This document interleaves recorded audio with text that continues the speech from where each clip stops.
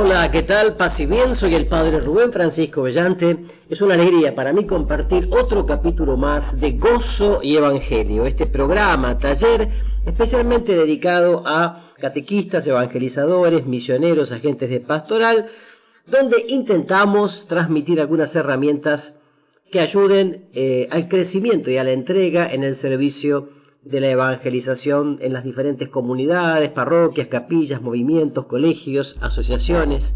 Bueno, y efectivamente hemos avanzado bastante. Estaba pensando, bueno, en estos días, cuánto hemos desarrollado este ciclo Gozo y Evangelio, que bueno, lo pueden encontrar completo también entrando a mi canal de YouTube.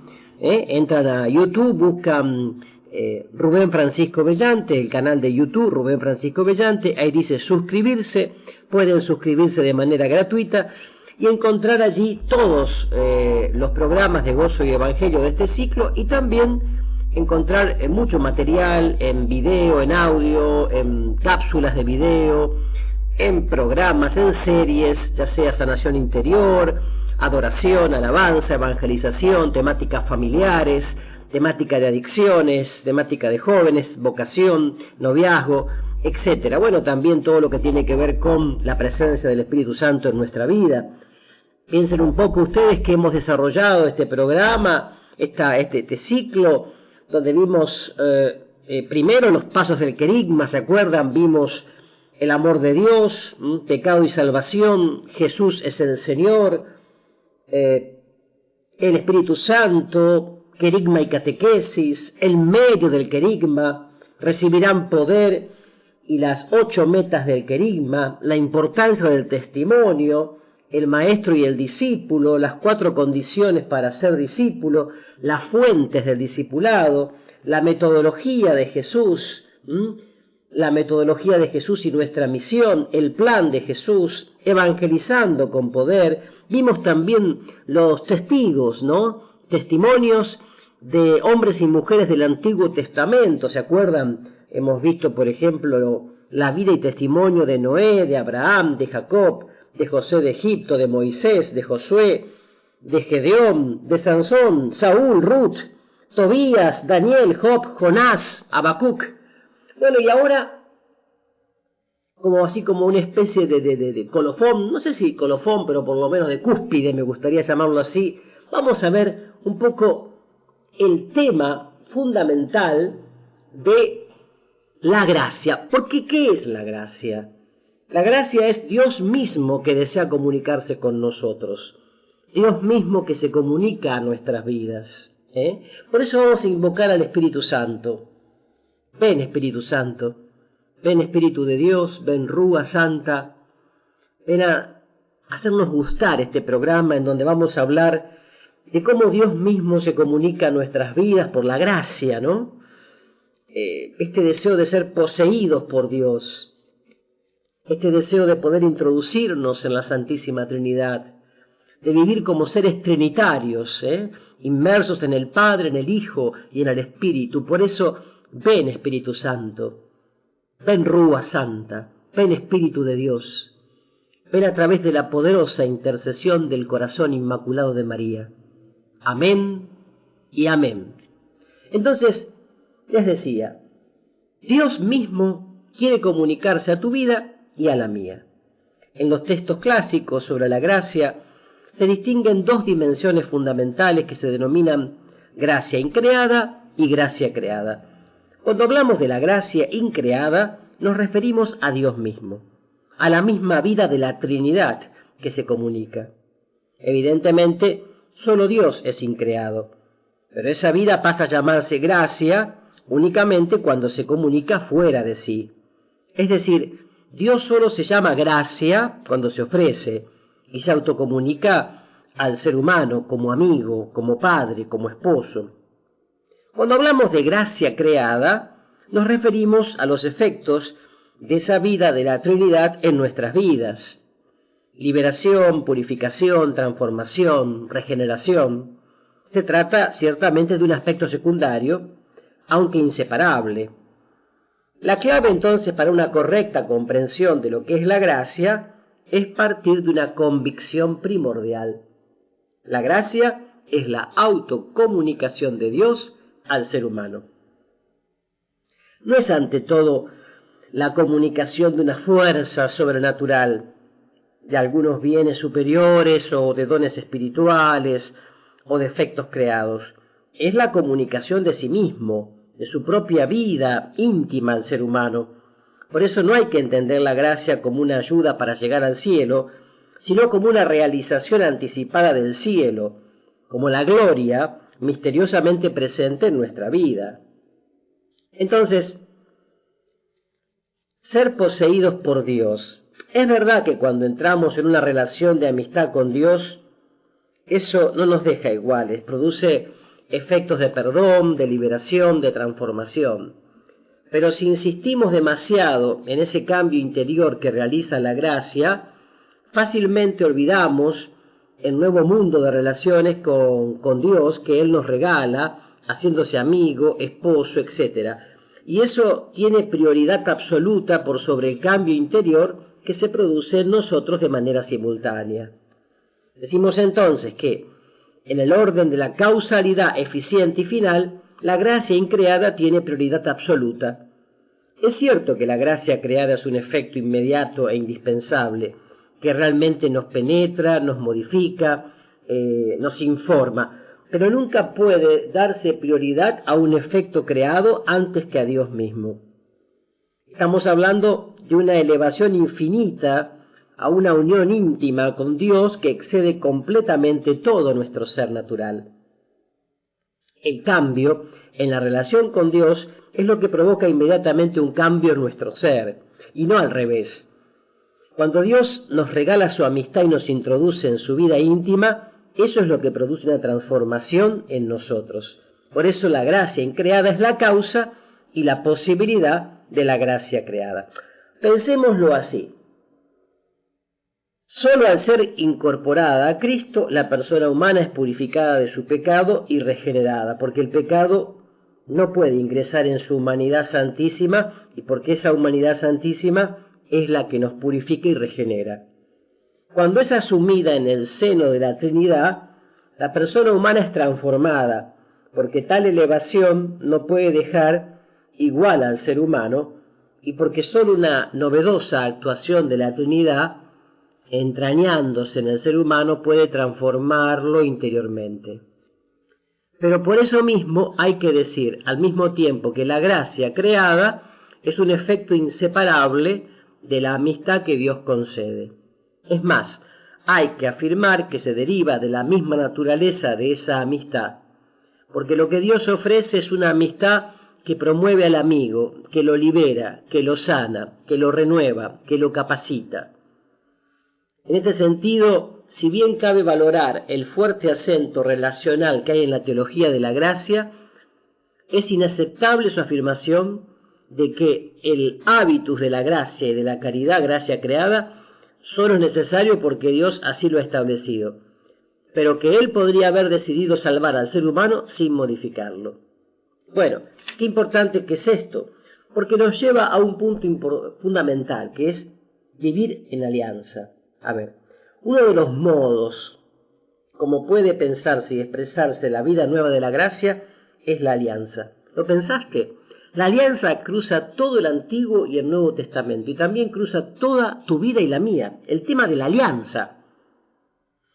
En el Antiguo Testamento vemos que Dios quiso elegir un pueblo pobre y pequeño por puro y gratuito amor y llegó a expresarle ese amor de un modo insólito, haciendo alianza con Él. Esa alianza implicaba para el pueblo pertenecerle solo a Él, dejarse amar por ese Dios y simplemente depositar en Él su confianza. Dice, serán mi propiedad personal entre todos los pueblos. Éxodo 19:5, ¿no? Los profetas explicaron esta alianza como una verdadera unión matrimonial que exigía al pueblo confiar plenamente en el amor de Dios y no en otros ídolos o poderes terrenos. La clave de la fidelidad del pueblo estaba simplemente en la confianza puesta en el Señor. La capacidad para dejarse amar, para dejarse poseer, renunciando a la desconfianza enfermiza y al deseo de autonomía. En el libro del profeta Oseas Dios se presenta como un esposo locamente enamorado y el pueblo como una prostituta que a cada rato se extravía detrás de otros amores. Pero la respuesta del esposo enamorado no es la venganza, sino intentar seducirla por todos los medios posibles, hasta llevarla al desierto para hablarle al corazón. A pesar de todos los desprecios, él promete sanar su infidelidad, amarla gratuitamente, ser como rocío para ella. También el libro de Ezequiel presenta la relación de Dios con su pueblo como una dolorosa historia de amor, engañado, traicionado, despreciado, donde Dios tuvo la iniciativa, ¿no? Hice alianza contigo y tú fuiste mía. A pesar de las infidelidades, Dios ofrece renovar la alianza y establecer una alianza nueva y eterna. También el profeta Jeremías presenta a un Dios amante que añora los primeros tiempos del amor cuando ella lo seguía llena de confianza, aceptando ser suya. Jeremías 2:2. Qué lindo que es esto, ¿no? Porque la alianza está en tu vida y en la mía. Lo veremos ahora al regreso, cuando entremos ya al Nuevo Testamento en el tema de la alianza. No se vayan, que ya hay más gozo y evangelio. Bueno, ya estamos de regreso con más gozo y evangelio.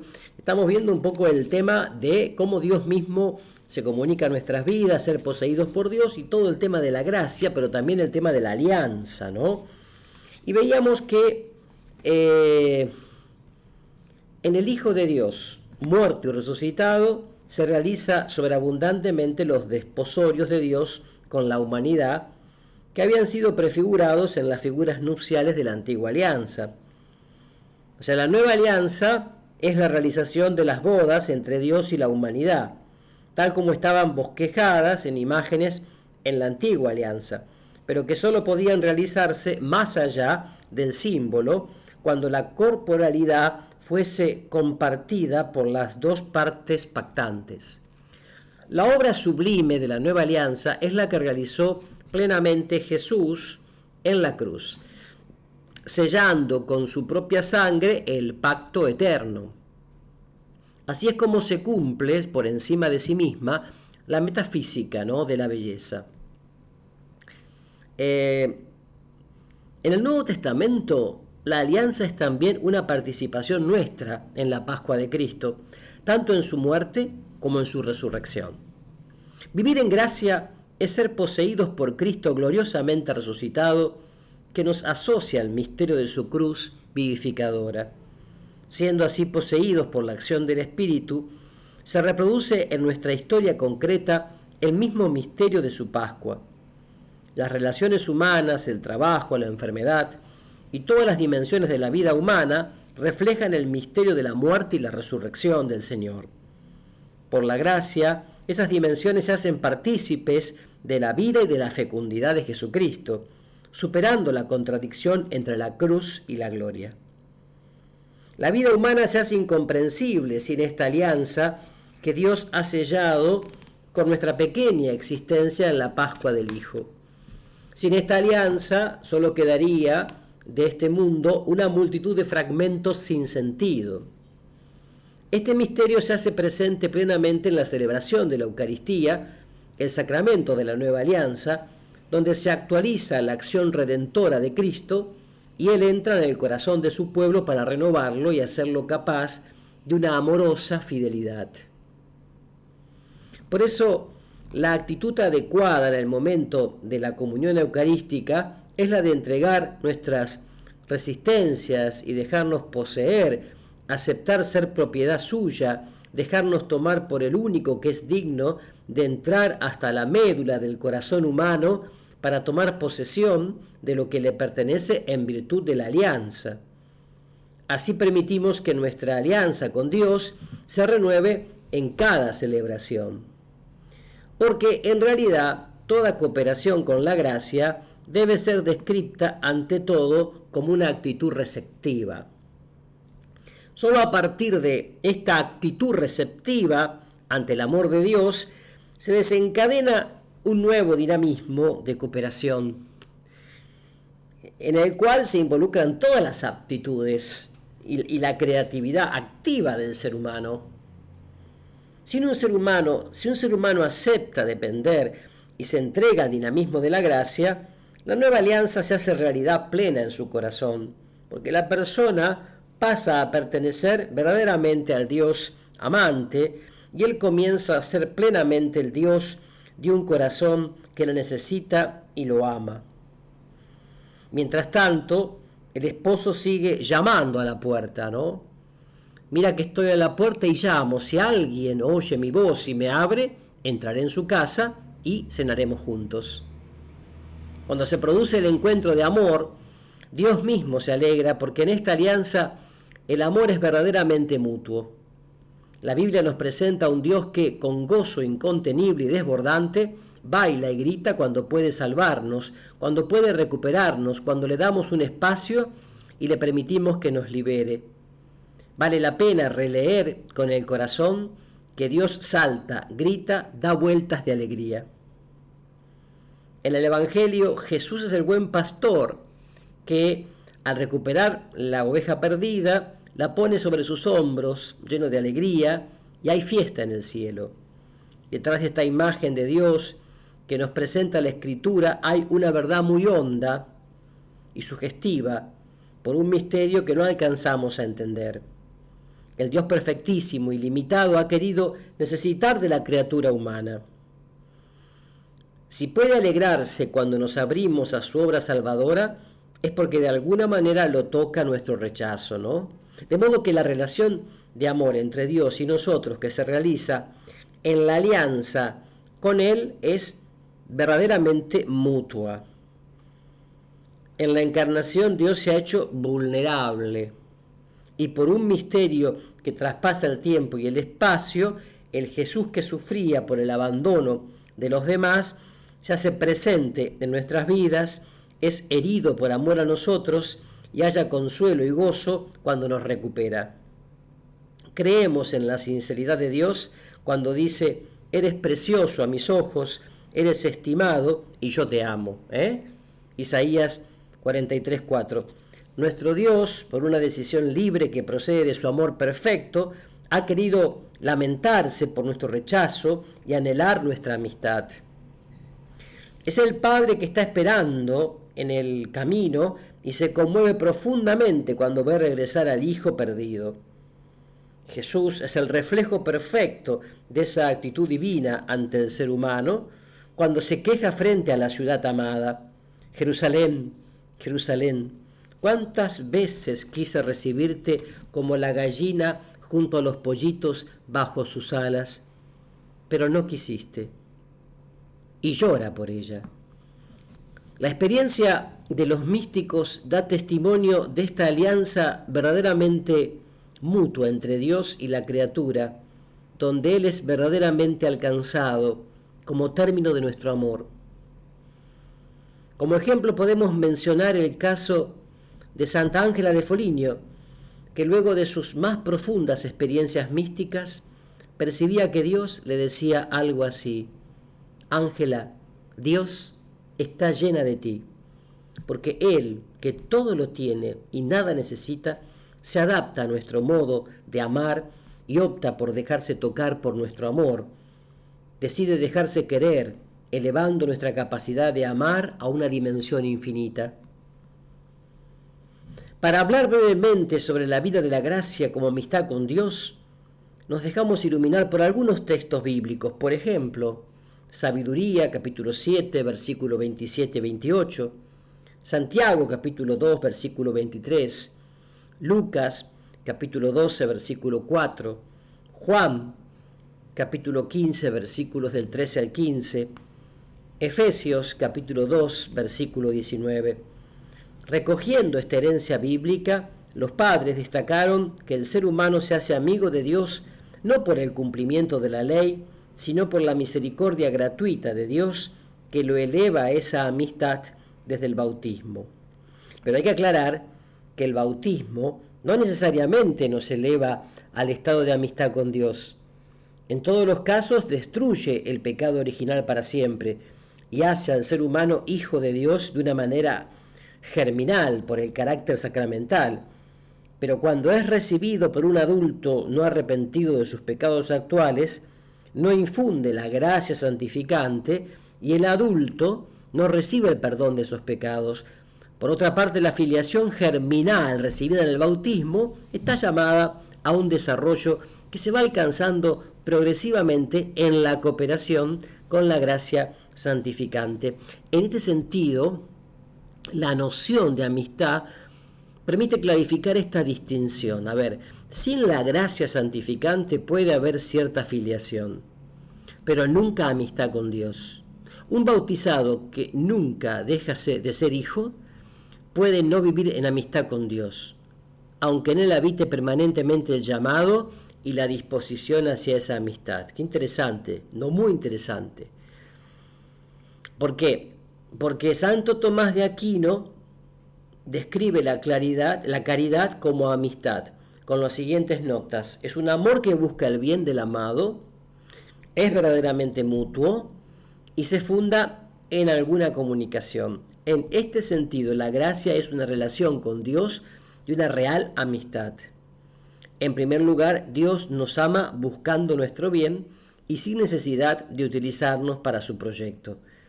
También de nuestra parte podemos tener esta actitud, no porque podamos darle a Dios algo que Él no tenga, pero sí porque la acción de la gracia nos permite reconocer su bien, alegrarnos por su grandeza y su gloria, gozarnos por su felicidad con un amor gratuito. Esta relación de amor puede ser mutua, aunque Dios sea infinito, porque la gracia nos hace dar un salto infinito, nos introduce en la intimidad de Dios. Entonces, esta relación con Dios se funda en alguna comunicación, porque Dios nos comunica su vida íntima, nos renueva haciéndonos semejantes a Él y permitiéndonos conocerlo como Él se conoce y amarlo con su propio amor. Pero como toda amistad real, está llamada a un constante desarrollo. La noción de amistad permite pensar en una relación directa de las tres personas divinas, indicando una unión, digamos, peculiar con cada una de ellas. Si tenemos en cuenta que nuestra relación con el Hijo está modificada por su encarnación, entonces es desde la relación de amistad con el Hijo, hermano y amigo, que comparte nuestra carne, como alcanzamos también una amistad con el Padre y el Espíritu. Esa amistad es posible por la obra transformadora del Espíritu amigo que ha penetrado lo más hondo de nuestra intimidad. Qué bueno que es esto, ¿no? Cómo nos ilumina saber que somos hijos por la gracia, pero que debemos caminar hacia la amistad con Dios. No se vayan porque al regreso veremos mucho más de esto en Gozo y Evangelio. Ya estamos de regreso con más Gozo y Evangelio de este día. Y bueno, estamos viendo el tema de hijos por la gracia, ¿no? Ante todo, recorramos algunos textos de la Escritura que permiten percibir distintos aspectos de la filiación sobrenatural. La Biblia distingue nuestra filiación con respecto a la filiación de Cristo, ¿no? Juan 20:17, Romanos 8:29. Somos hijos por adopción. Romanos 8:15-23, Efesios 1:5-6. En esta filiación hay un proceso, hay que llegar a ser hijos de modo más perfecto. Mateo 5:45, Juan 1:12, Primera de Juan 3:9. Participando de la filiación de Cristo, somos hijos del Padre de Cristo, no de la Trinidad. Juan 20:16-17. A ver, nuestra filiación es real. No solo somos nombrados o declarados, sino que somos hijos de verdad. Primera de Juan 3:1-2. Porque se nos comunica una vida nueva. Romanos 6:4. Que procede del Padre y del Hijo. Juan 5:21. En el Espíritu. Juan 6:63. La filiación por gracia, es decir, la participación en la filiación de Jesucristo, suele presentarse como la manera más adecuada de definir la situación del justo y como un núcleo unificador de esa nueva situación que llamamos gracia santificante.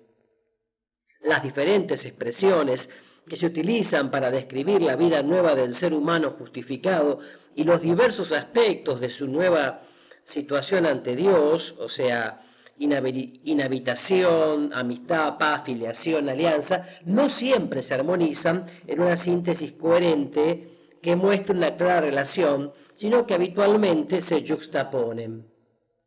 Hoy se intenta mirar mejor en su unidad y relación todos estos aspectos diversos e inseparables de la vida del justificado, que juntos pueden llegar a describir adecuadamente cómo es esa nueva situación. Con ese objetivo, algunos piensan que el núcleo en torno al cual puede articularse la descripción de las nuevas relaciones con Dios es la noción de filiación. ¿Por qué? Porque la gracia es estar insertos en Cristo, que nos comunica su propia vida. Ya no vivo yo, sino que es Cristo quien vive en mí. Gálatas 2:20. Por eso tenemos que sus mismos sentimientos, Filipenses 2:5, y su mente, 1 Corintios 2:16. Pero además, insertados en el Hijo, compartimos su puesto. Desde Cristo nos dirigimos al Padre como hijos. Los evangelios, desde el comienzo hasta el final, son el testimonio elocuente de la permanente referencia de Jesús al Padre. Sus momentos de diálogo silencioso en la montaña, su predicación llena del Padre, sus últimas palabras cargadas de confianza. Por gracia participamos de esa referencia al Padre. Así, la filiación nos habla de nuestra relación con Dios, teniendo en cuenta el aspecto más íntimo y profundo del ser divino, la comunión entre las personas. Jesucristo es el único mediador, por ello es el centro de la vida cristiana. La mayor perfección a la que se puede aspirar es a participar en lo más profundo de su ser de hijo, la relación con el Padre. Así el amor de Dios se manifiesta en la mayor medida.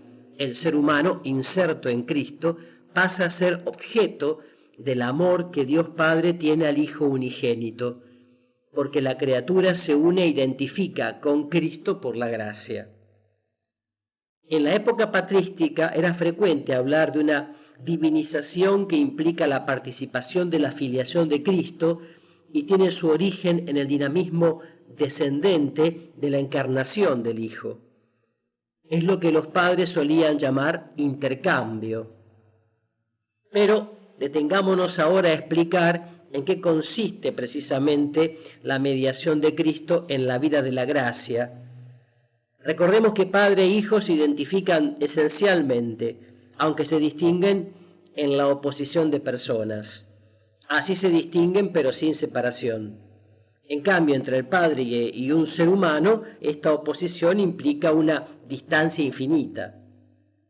Pero ha sucedido lo insólito, que al encarnarse el Hijo, la relación entre Dios y un ser humano, Jesús, se convirtió en expresión de la relación entre el Padre y el Hijo. Lo humano ha sido introducido en las relaciones intratrinitarias, pero esto que es real en la humanidad del Hijo se convierte en realidad para cada ser humano por la gracia, que nos introduce en la intimidad de la Trinidad.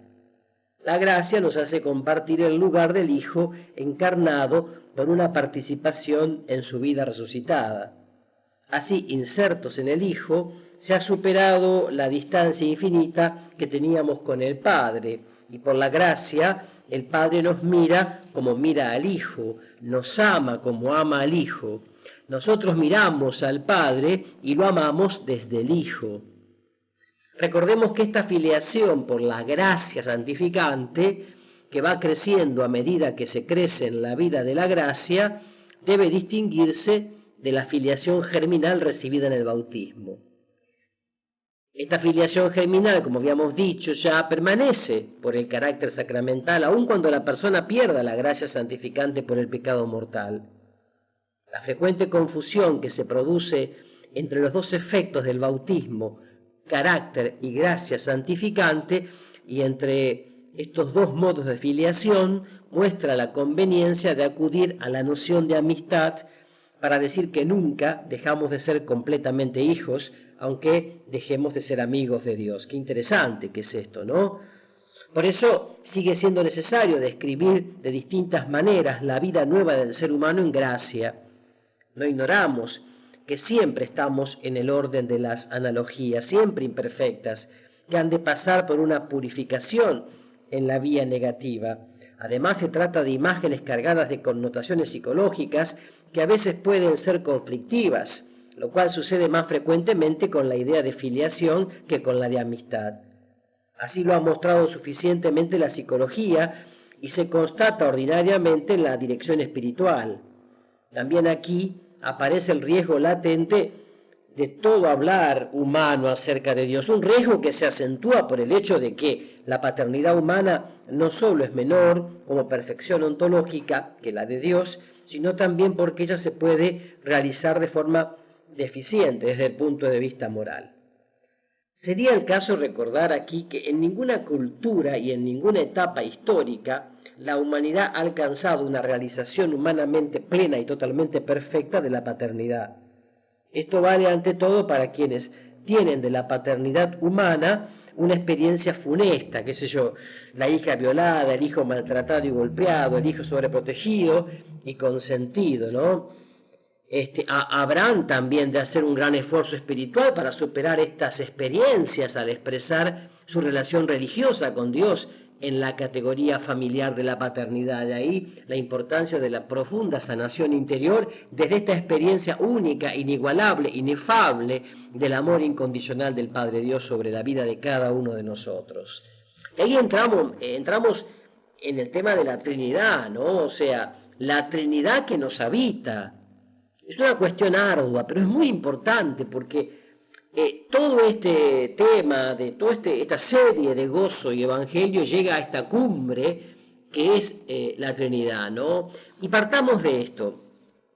Hay que distinguir la presencia de inhabitación, que es por gracia, de la presencia metafísica de Dios como creador. Esta presencia de Dios comunicándonos el ser solo establece una relación de causa-efecto. Pero en la llamada inhabitación trinitaria, Dios no habita como causa, sino como amigo. Interesante. Tranquilícense, lo veremos de a poquito, incluso con textos. Sé que este capítulo es un poco más arduo, pero a ver, en el Antiguo Testamento podemos encontrar un antecedente en la Shejinah, esa misteriosa presencia de Dios en medio de su pueblo amado.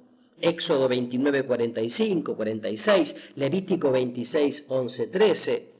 En Ezequiel queda claro que la gloria de Dios no habita en el templo, sino en medio del pueblo, y que por eso está donde está el pueblo, y parte al exilio junto con el pueblo exiliado.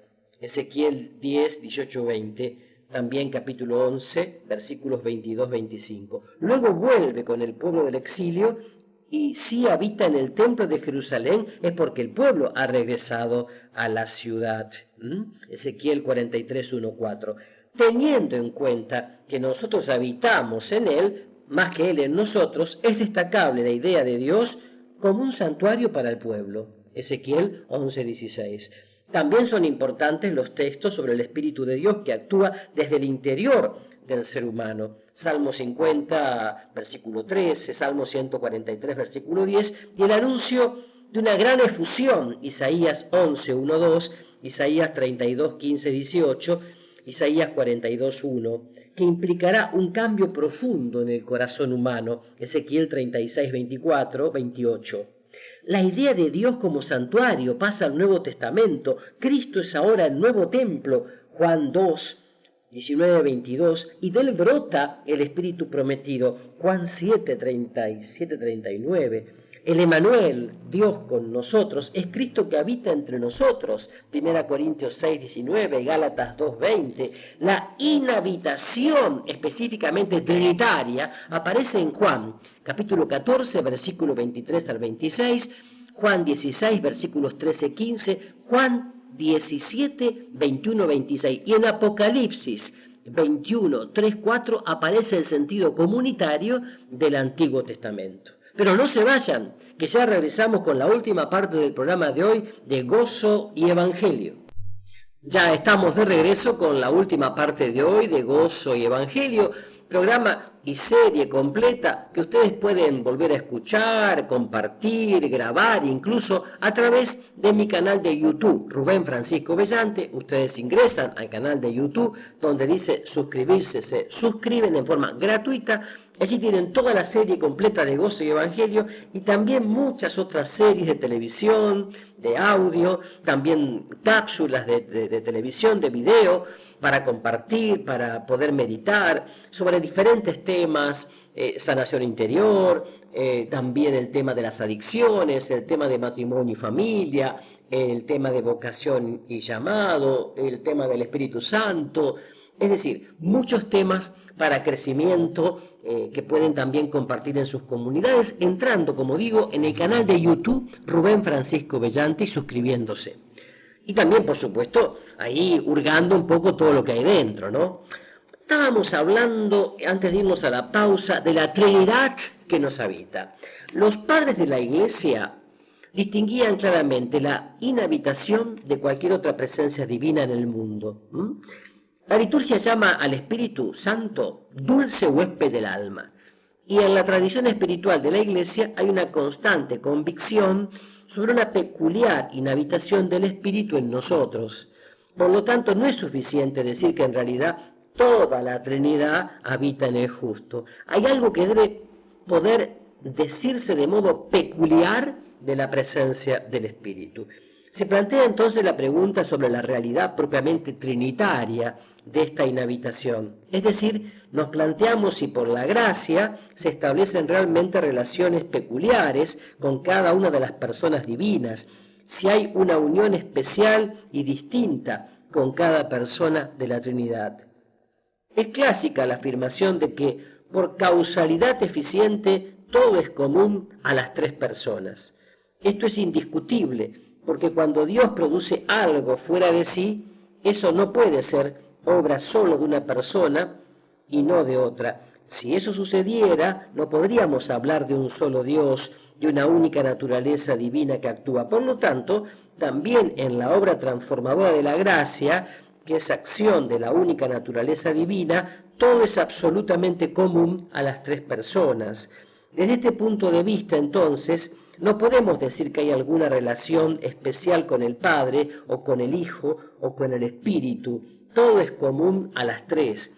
Sin embargo, hay que recordar que la diferencia entre la vida en gracia y la gloria celestial no es esencial. Entre la inhabitación aquí y la relación con las personas divinas que tendremos en el cielo, la diferencia es sólo de grado, ya que la gracia no es otra cosa que el comienzo de la gloria en nosotros. La única diferencia esencial está entre la fe y la visión, o sea, el conocimiento. Por tanto, decimos que ya por la gracia se establecen relaciones peculiares con cada una de las personas, así como sucederá en el cielo. Esta experiencia trinitaria se realiza gracias a los actos más elevados del corazón humano, el amor de caridad y el efecto que surge inmediatamente de él, o sea, la sabiduría. Es decir, la gracia sola no permite tener una experiencia de la Trinidad, sino toca nuestras facultades provocando actos de amor y de sabiduría. Una persona inconsciente o un bebé, aunque vivan en la gracia de Dios, no están teniendo una experiencia por cuanto no pueden realizar actos de amor y de sabiduría. Esas experiencias del amor y la sabiduría son los efectos sobrenaturales que nos ponen en contacto con las personas divinas de un modo diferenciado. ¿Por qué? Bueno, porque en la teología de las misiones divinas, Santo Tomás de Aquino indica que la procesión eterna de una persona divina se prolonga en nuestra vida. Y por eso podemos decir que el Padre nos envía el Espíritu, por ejemplo, pero para que esta prolongación sea realidad tiene que haber un punto de contacto terreno, un término, que es un efecto producido en nosotros por la Trinidad. A partir de ese efecto creado en nosotros alcanzamos una experiencia especial de una de las divinas personas que es enviada a nosotros. Se trata de un cambio interior en nosotros que se requiere para poder hablar de una peculiar presencia de una persona divina. Puesto que en Dios no hay cambio, cuando una persona es enviada a nosotros, lo que puede conectarse a una persona enviada como término peculiar es ese efecto que Dios produce en nosotros. Esto permite que un ser humano tenga una relación real y distante con esa persona, gozando de ella y poseyéndola distintamente. Esto se realiza en las operaciones más altas y nobles que puede realizar el ser humano cuando por la gracia ama a Dios y se une a Él por un conocimiento de sabiduría sobrenatural. Así, por estas dos operaciones, experimenta la sublime intimidad con la Trinidad que llamamos inhabitación. Estamos hablando de los dos dones sobrenaturales que se derivan más inmediata y directamente de la gracia, los más nobles. Estos dones, siendo fuente de operaciones distintas y residiendo en distintas potencias, nos permiten establecer una distinción y así nos conectan de modo directo con personas distintas. Así afirmamos que en un acto de amor hacemos una particular experiencia del Espíritu Santo, que procede como amor. También decimos que en el don de la sabiduría que mueve al amor, hacemos una particular experiencia del Hijo, que procede como verbo mental que inspira amor. En la sabiduría y el amor, las mismas personas divinas, por un cierto sello, dejan en nuestras almas los dones por los cuales gozamos formalmente, es decir, por el amor y la sabiduría. Por eso se dice que en ese efecto creado, una persona es enviada, ya que en ese efecto se prolonga su procesión eterna y así el ser humano posee realmente a la persona divina. Es decir, la persona no es enviada para producir un efecto determinado, que es común a las tres personas, sino que en ese efecto se da a sí misma como don a gozar. Las tres personas crean ese efecto sobrenatural, el amor o la sabiduría, pero lo unen directamente a una de ellas, el Hijo o el Espíritu como su término peculiar. Esta experiencia no requiere grandes conocimientos teológicos y puede realizarse también en un no cristiano que vive en gracia. En el amor que nos inclina hacia otras personas humanas, por ejemplo, puede hacerse una cierta experiencia del Espíritu Santo, ya que Él es inclinación de amor que une al Padre y al Hijo en cuanto a personas distintas.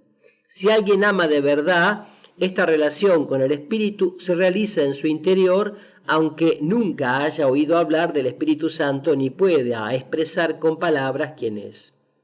A su vez, en la sabiduría se vive la experiencia de un verbo mental que prorrumpe en amor. Así nos unimos al verbo por la conveniencia de ese efecto con él. Y poseemos un conocimiento experimental de la segunda persona, aun cuando no tengamos un conocimiento explícito de ella. Esta experiencia, ¿no?, del Espíritu, esta experiencia maravillosa del Espíritu Santo en nosotros. A ver, si podemos sintetizar un poco todo esto, podríamos decir que el dinamismo fundamental que produce la Trinidad en nosotros es en definitiva la autotrascendencia, la orientación de sí mismo hacia el otro. Todas las criaturas están orientadas unas a otras y ninguna se entiende aislándola del resto. También hay en cada una y en cada cosa una orientación a la donación que procede del seno de la Trinidad, contrapuesta a la tendencia a replegarse en el propio bien, que procede del límite de lo creado. Porque la Trinidad solo puede pensarse como comunicación y comunión. Una persona divina solo puede ser pensada como una relación, ya que entre las personas divinas todo es absolutamente común, salvo la relación. Ninguna de las tres personas divinas puede ser pensada si no es en relación con las otras. Y este dinamismo de relación culmina cuando el Padre y el Hijo, en cuanto personas distintas, se inclinan amorosamente el uno hacia el otro, y en esta inclinación procede el espíritu de amor. La misma intimidad de Dios es un misterio de autotrascendencia, es plenitud de comunión y de relación en su mismo seno. Este es el dinamismo que estructura toda la realidad creada por la Trinidad y según el modelo trinitario. Por eso, para Buenaventura, la estructura más íntima del dinamismo de la gracia es la inclinación hacia el otro, donde se sana la enfermiza inclinación hacia sí mismo, que procede no sólo del pecado, sino de la fragilidad natural de la criatura. Por ser creado de la nada, limitado y pobre, el hombre está encorvado sobre sí mismo, amando el propio bien, y por sí mismo no puede levantar su rostro. Dios entonces se dona haciéndose amigo, entrando en alianza con nosotros, insertándonos en su vida trinitaria. Solo gracias a ese nuevo mundo de relaciones con Él somos liberados, purificados, sanados y transformados. Por eso, que a través del corazón inmaculado de María los bendiga el buen Dios Todopoderoso, los sane, salve, libere el Padre, el Hijo y el Espíritu Santo. Amén. Gracias por compartir con nosotros gozo y evangelio. Será entonces hasta la próxima. Paz y bien.